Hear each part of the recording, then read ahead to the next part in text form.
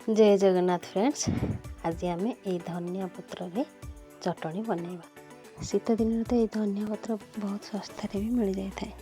धनिया पत्र को फास्ट धोईकी मुझे काटिकी नहीं जाइए। आम ग्राइंडर जार रे देदेबा। तापर जीरा दबा, रसुण और लंका दबा, लुण आ तेंतुली की आम चकटी के मंजी थाए भलरे ताको चकटी दबा। मंजी गुड़ाक काढ़ीदबा। एबे पानी को ग्राइंडर जार देकी आम बाटी नबा। एबे से आम चीनी दबा। जी जिते मीठा खाऊन से चीनी पकेबे, कम खाऊले कम देवे, बेसी खाऊले बेसी देदेवे। एबे ग्राइंडिंग कर नहीं जावा। ये हो गला। आ गोटे जगह को काढ़ीदबा।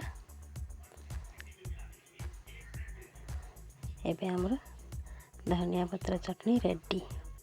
आपको आम सबुथिरे खाई परिबा। पखाल भात, गरम भात, रुटी रे मध्य खाई परिबा।